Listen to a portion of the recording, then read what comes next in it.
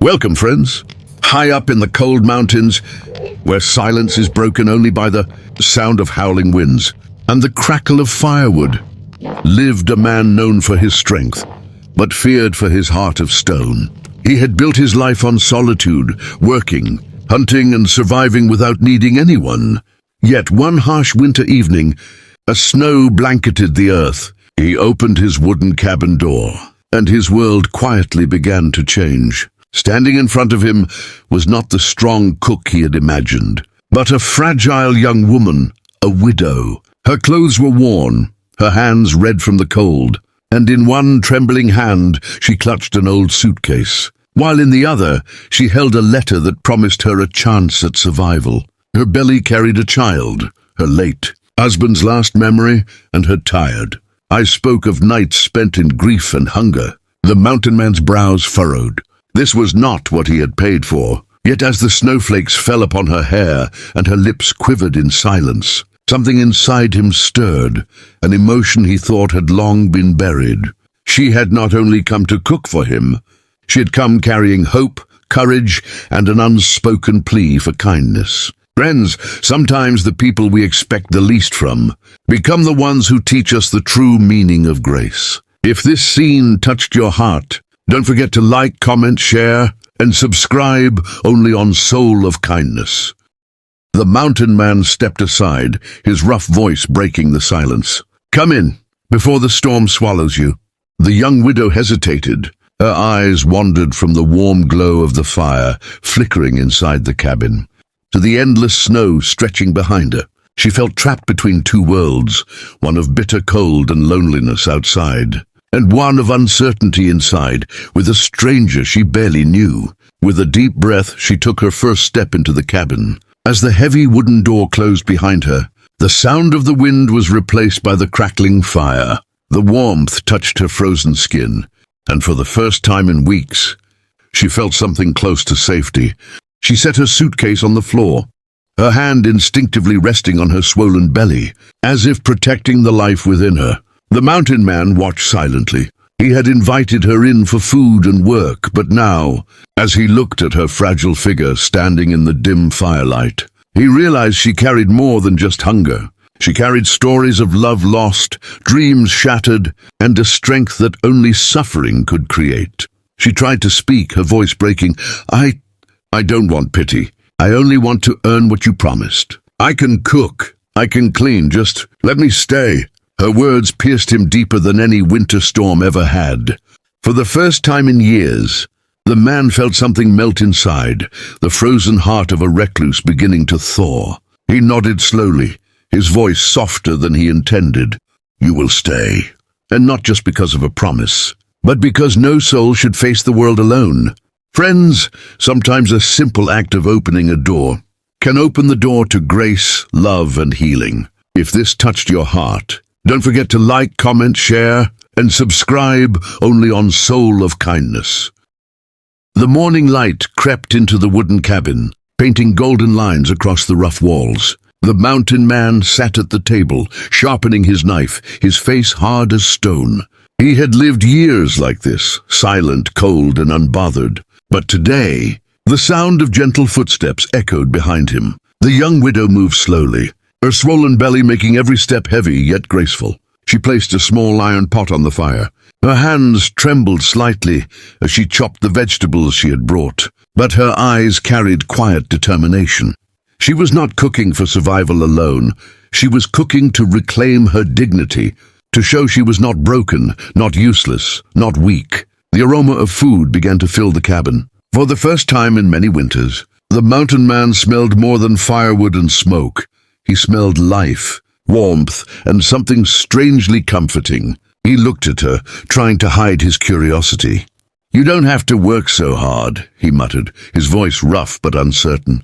She paused, lifting her gaze to meet his. Work is what keeps me alive. If I stop, the grief will consume me. Her words struck him like thunder. He realized this fragile woman was stronger than most men he knew.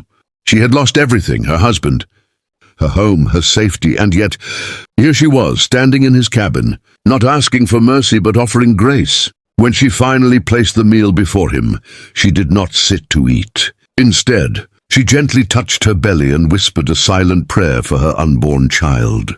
The mountain man, who had never prayed in years, found himself lowering his eyes in respect. For the first time, he tasted food that was more than nourishment.